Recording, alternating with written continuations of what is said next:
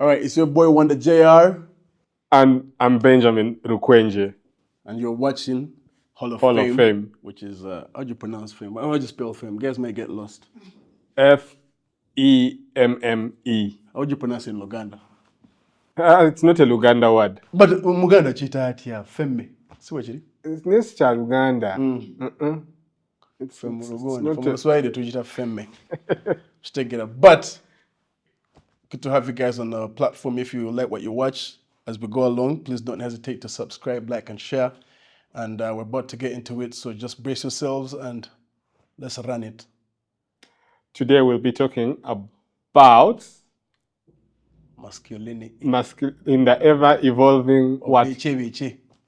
Eh? What? Evolving something Bichi. something. That's what I'm saying. Bichi. Something is bichi. As a man, what does masculinity mean to you? Describe masculinity. I think at the very basic, masculinity would be maleness, or things that attributes that that exhibit maleness. So whether it's body, whether it's body or voice or physical appearance, and I think at the very basic, I'd say masculinity is things that embody what would be defined as maleness. Right. Yeah. Yeah, I think I'd like to agree. I think it's the same. It's just the attributes. Those are things that are attributed to a boy and a man from a behavior standpoint, emotions and things of that nature. So how would you describe masculinity in a context as a Ugandan from a traditional standpoint, African traditional society? I don't know. I'd like to hear what you think first. Because obviously all of it is attached to, it's biological and cultural. Yeah. And so as members of the ATS, how accurate is our understanding of masculinity? I mean, I think that the when you think about it from the understanding of Ugandan or African, if there's such a thing as African, there are even roles that are apportioned to maleness, or expectations that are apportioned to maleness. Whether it's for children or middle-aged people or adults. I think there are expectations. So, for example, provision. I think the traditional understanding has always been that provision is the preserve of men. That, of course, has changed and been challenged by the continuing social dynamics. And we found that it's not entirely true. But I think traditionally it has always been one of those things that have been attributed to maleness or masculinity, is that men provide.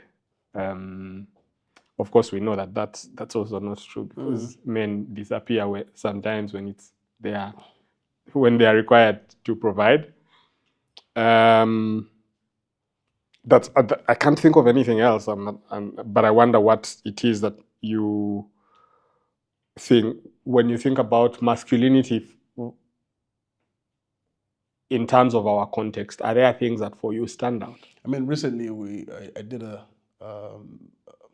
I sort of tend to move into the community and speak to people, obviously, like, as one who is very curious. I'm somewhat of a curious being, and I did a thing with FemFort. Shout out to FemFort, It's called the Shabaka Project. I think that's what they call it, I meant to find out what Shabaka means anyway, but yeah, moving on. We did the thing in the community, and you're speaking to people in different parts, and they're telling you about what being a man means, masculine, from an African context. And there's a majority of girls who have not even lived with their parents, with their dads. and it's a bit of a skewed perspective because it's like, this is what I've grown up under. The dad was never available because he had to go and make ends meet. Things are tough in the country. You know, it's seemingly not favorable for the man, because the man wants to, a man has his attributes: assertiveness, stoicism, aggressiveness, but yet all these things, when there's no, I like to call it wogos. Kawogo, you know what I mean? All those things don't mean jack. You have to just run away. You abandon your responsibilities. So does that then mean that, which would then be weird, that masculinity is tied with resources, that without them, that's a fair. It's something that came up a lot in those conversations that we have with the people in the community, and you find that there's that.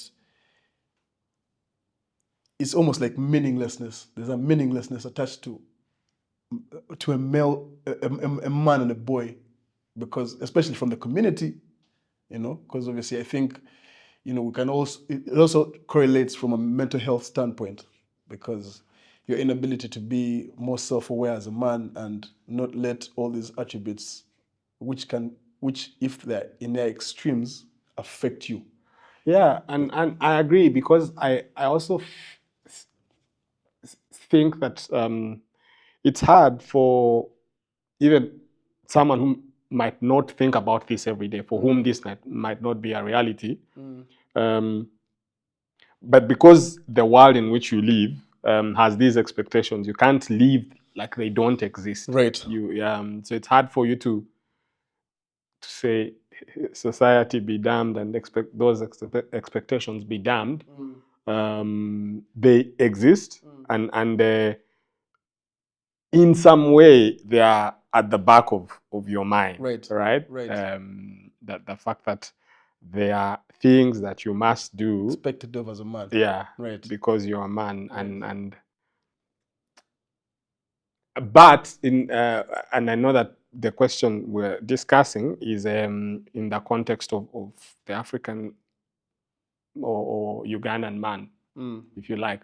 But I think that some of these things are pretty much the same everywhere. Those expectations are pretty much the same everywhere, even for whether it's white men or men or in the Arab world and whatever. Those expectations of men do not change. They are the same, and the dynamics might be different depending on who you're relating with. Right.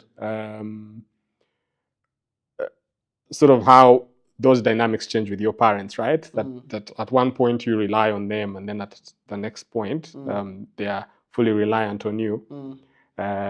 So those dynamics might change depending on the relationship, but I think that overall the picture is pretty much the same, that there are those expectations that you have as a man, and you must fulfill, or one, you will feel less than you should, or you will get told that you are less than a man, or whatever that means. Because I also find that sometimes we are discussing this, what it means to be a man, and if you ask me on a good day, I don't know.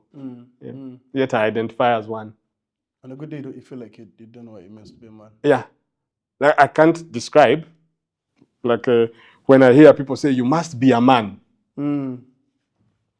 What does that mean? What does that mean? Yeah, What do you feel like you identify as a real?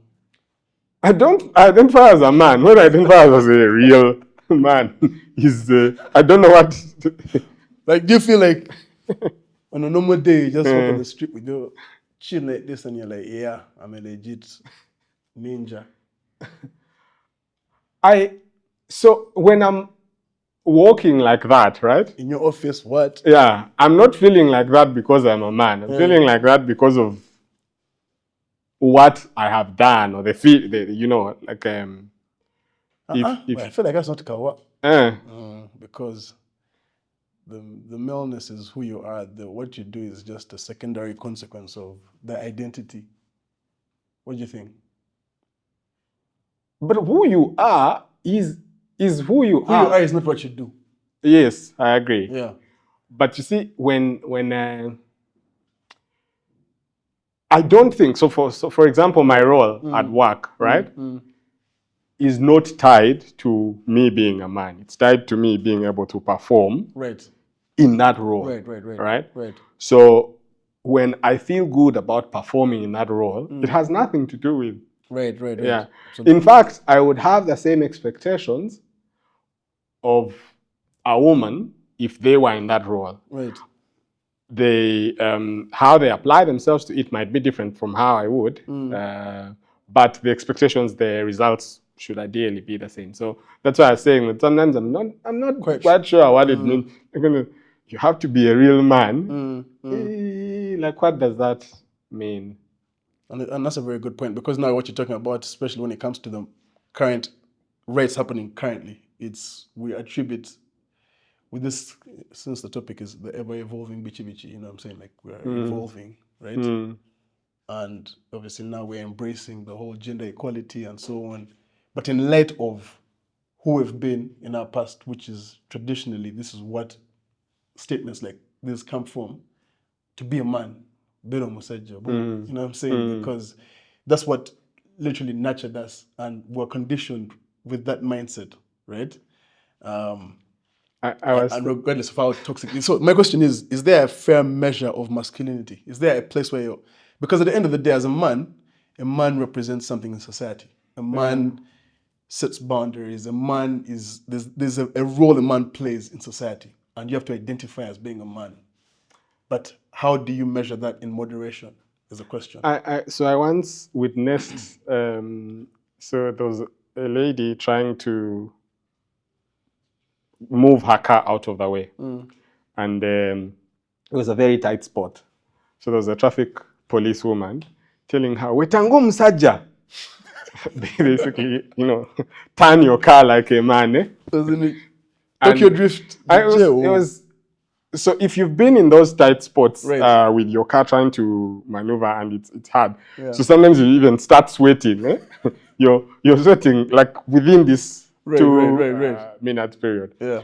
And it struck me, like, what does Okwetango Musaja mean in this instance? Tokyo Drift. Like like, said it, I hope say like but and there are things like that even in the officer's subconscious, it still came out, right? Yeah. That there's a way that men are expected to drive, right? And there are situations in which you would expect that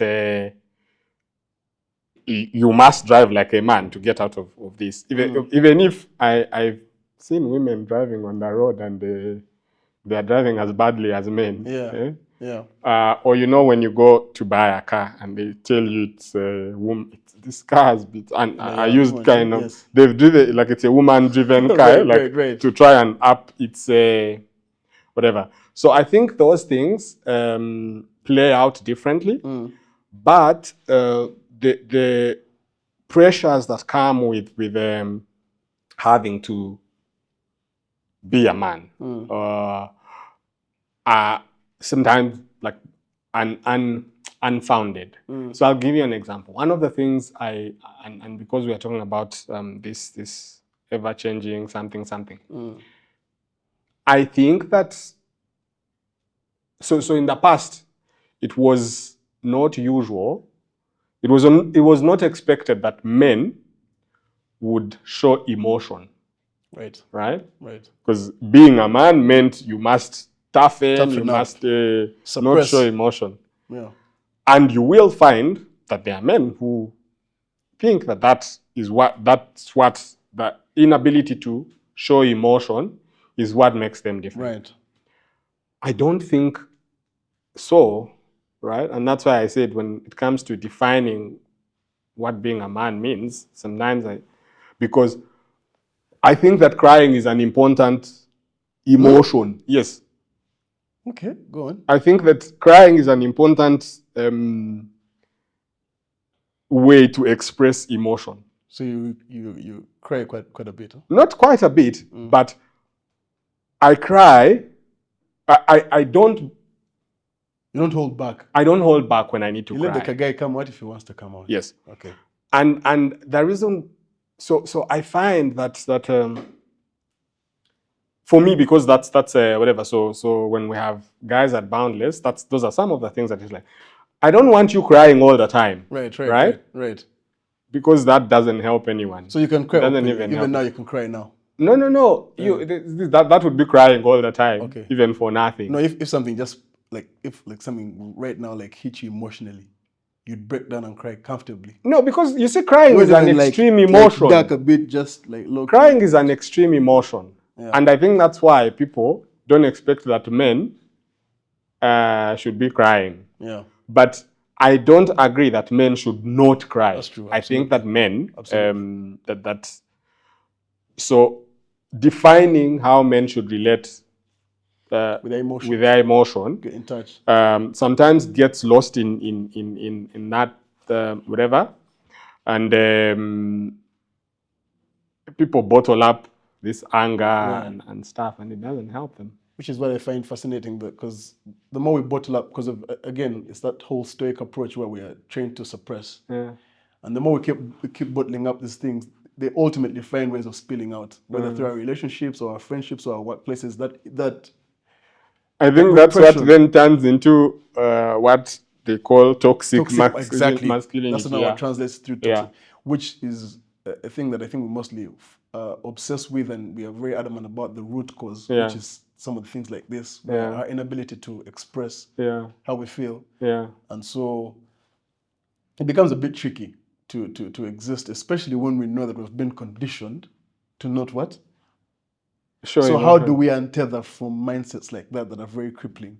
Because what that does is it cripples me as a man, because hearing you saying something like crying is openly, that crying is kawa, is very, very humbling to listen to, and which one, and ask a question. Do you believe that you're vulnerable, like you're a vulnerable person? Do you believe that you can look in a camera and genuinely tell guys that this is what's happening in my life currently as a man?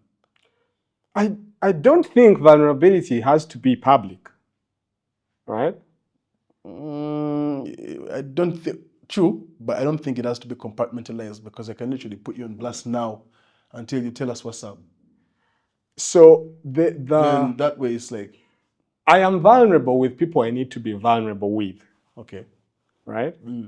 And it would be dangerous for me and for them if I wasn't vulnerable with them. Right? And they expect that I will be vulnerable with them, right? Because it's sort of a mutual. They reciprocate that. Yes, as well. It's reciprocated. Yeah. So if you think that it's hard for you to, because finding that liberation, right? To be comfortable in your skin and say, when I'm going through things that I need to talk about, I will talk about them, but I will also have a community or someone or a couple of people that I can talk to about these things. Right. It's not an easy thing to arrive at. And I think it's harder for men because of this stuff that we've been talking about, right? But because the expectation is that you will not, you should not show emotion. It's harder for you to build a community in which sharing emotion is a thing. Fact. Or is accepted, fact, right? I agree. So that is one of, I think, the biggest challenges in terms of just overcoming this barrier. Right. But it can be done. It's What's the fruit from? What's the tangible fruit that you've acquired from finding a band of brothers I'd like to believe that you're vulnerable, openly vulnerable with? Like, what is the fruit that you've managed to bear from that exchange?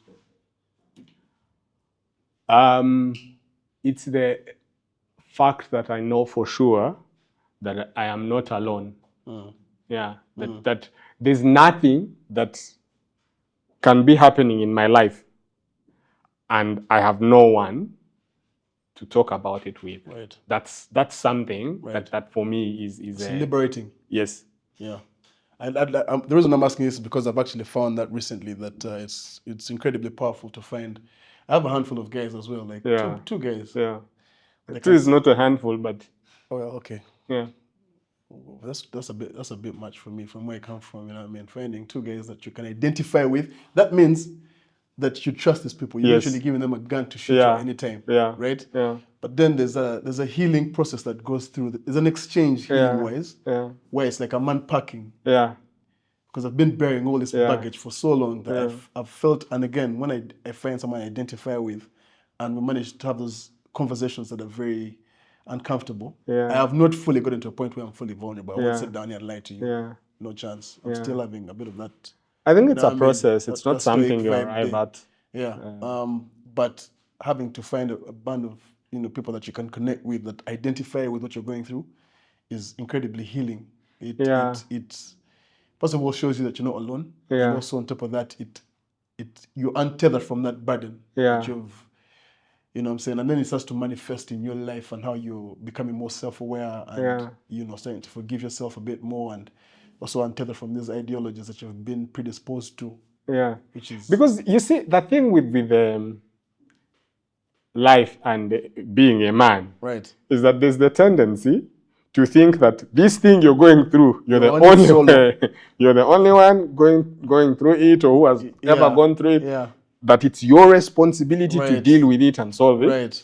So it helps when you talk to someone or some people, and they're like, "Man, this thing, like we've all had to deal with this stuff, and."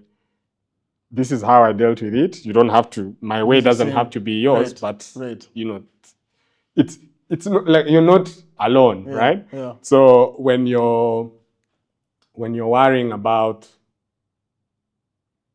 rent, right?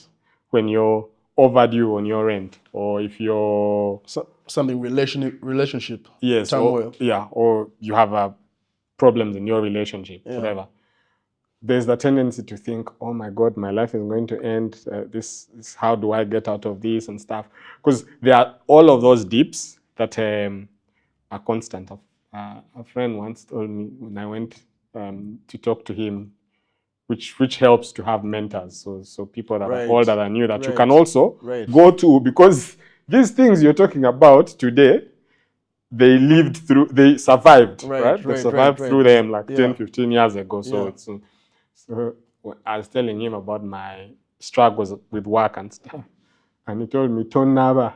Like, if you think this is suffering, it gets worse." You're still more reggae. Yeah. It gets worse. Like, and because so then he tells me like what his process of getting to where he was at the time. Right.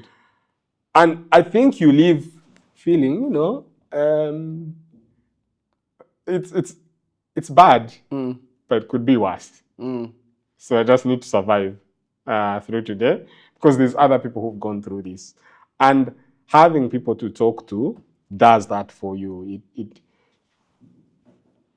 It sort of redistributes the weight that you would have been carrying alone. Yeah. Okay, so now we have, I'm trying to draw some questions here. The whole traditional, like traditionally, this is who we are. Yeah. Right, as men. And we're mostly guided from that place. And I think that's one of the things that we struggle with in society, traditionalism versus, individualism. Yeah. And so we cannot deny the fact that we've been raised traditionally, right? Yeah. So I want to ask you, like, even in light of how you're becoming more self-aware as a man, and you tapped into your whole masculinity, and it's manifesting through you as an individual that is thriving in an ever evolving bichi, yeah. What are the examples of the traditional forms of masculinity that you've been accustomed to, even to this day, like right now? Like, are there still any elements, or maybe any examples of traditional masculinity that you're still, that web you're still caught up into? because one of the things that you've really disarmed from what I'm hearing is that whole aggressiveness, like the whole ability, the suppression, the ability to suppress your emotions. You're saying you already come up with that, no? Yeah. So would you say there's some other things there that you still, Of course, there's got to be, because you can't. Because right now things are tough. They're saying men were trash and manyawat, all these things. You know what I mean? So I don't know if there's anything out there that might give those people who are calling us trash the weapons to shoot you down. You know what I mean?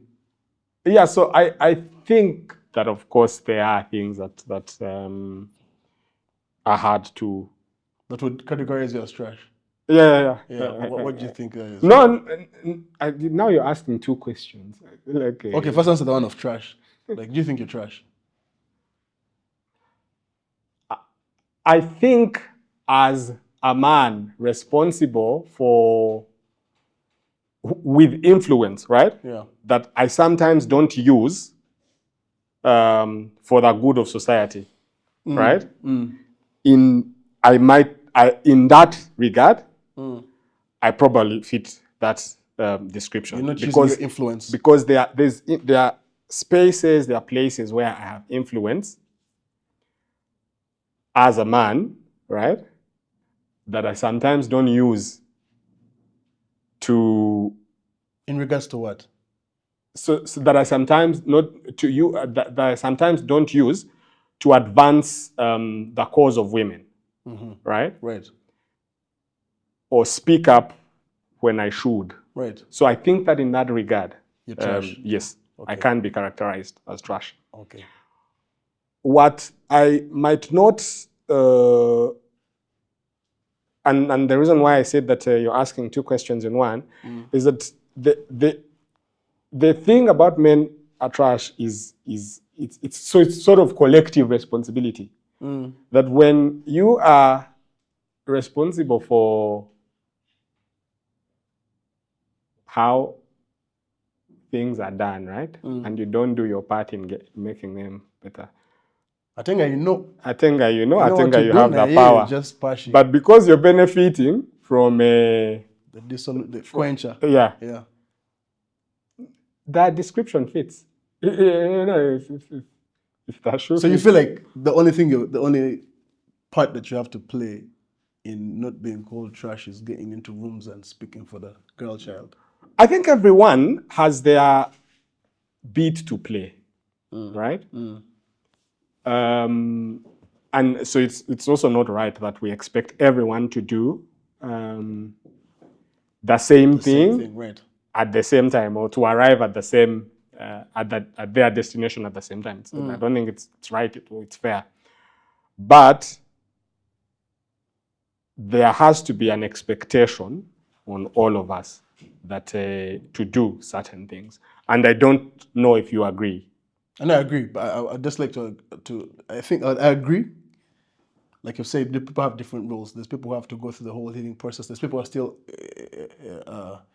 showcasing all this aggressiveness and which manifests through domestic violence and things of that nature that is sort of deeply embedded in our system that simply makes them identify as trash, really, for lack of a better word. But like you said, now your role, you feel like for you, you're fully aware of what your role is in light of what the healing you've gone through to become. Yes, but and that's not to say that even while I am fully aware, I always do the things that I should do. Okay, so there's some aspects that you're still trying to, recover. Yeah, because it's a process. It's a process that all of us go through. You have your good days and your bad days and things like that. And I think that it's important that everyone understands that we will not. It will not be peak performance every day. We will all not be at the same level every day. Some people will backslide.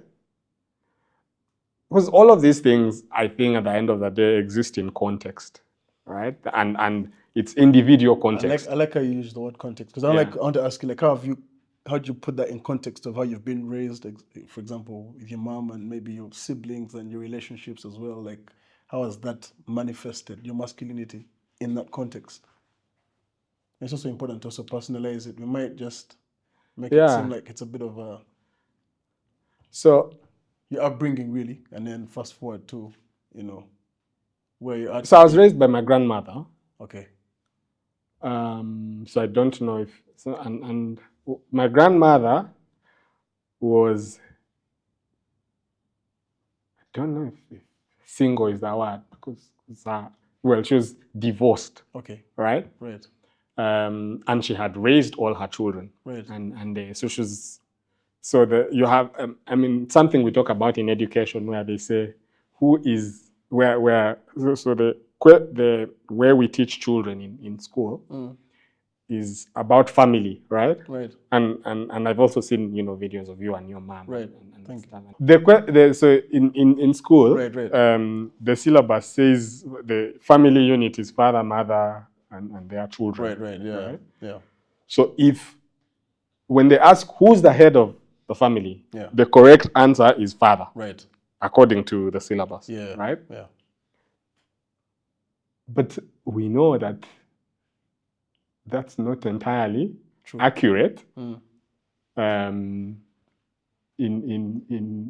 I don't know what percentage of homes, even in this country. I was raised by my grandmother.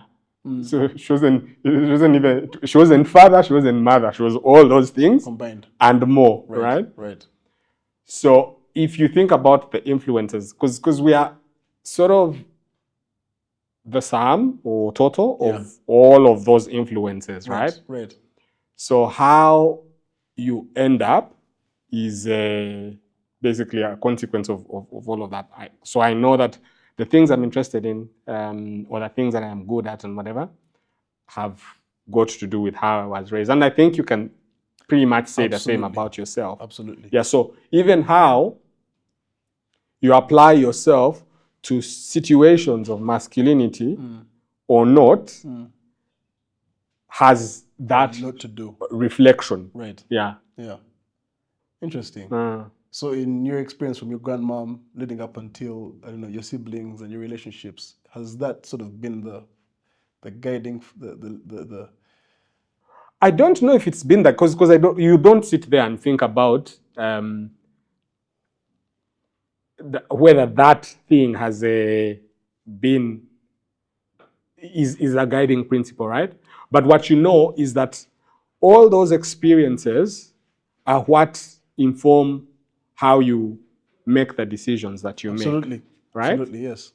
Because I've met friends of mine, like two friends of mine who are raised by moms and female figures, and their take on domestic violence is something they can't fathom because they've been raised by a mother. You know what I'm saying? So they can't even think of laying a hand on a lady because, again, they were raised. I was also raised by my mom, really. My dad passed on as a young child, so I've known that, And so exactly like you're saying, she was everything combined. So I can't even comprehend even the concept of engaging in something that violent, or toxic by the grace of God. But it's all attributed to being raised again. So I think it's important to understand how the foundations. But also, that's not to say that people who are raised by their moms cannot be toxic.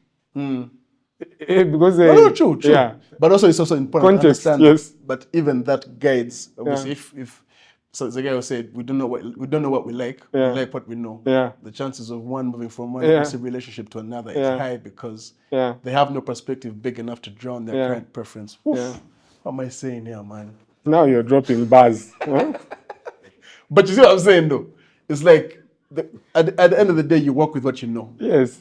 And so if it's the likelihood of coming from a very broken space, that's ultimately what I might manifest because that's what I was seeing growing up. But you can also come from a broken space and overcome that. So in pretty much the same way that I was saying, that people raised by women, that men raised by women can be some of the most toxic men. Extreme. So it's not a given. Written in stone. Right? Yeah, it's not a given. Yeah.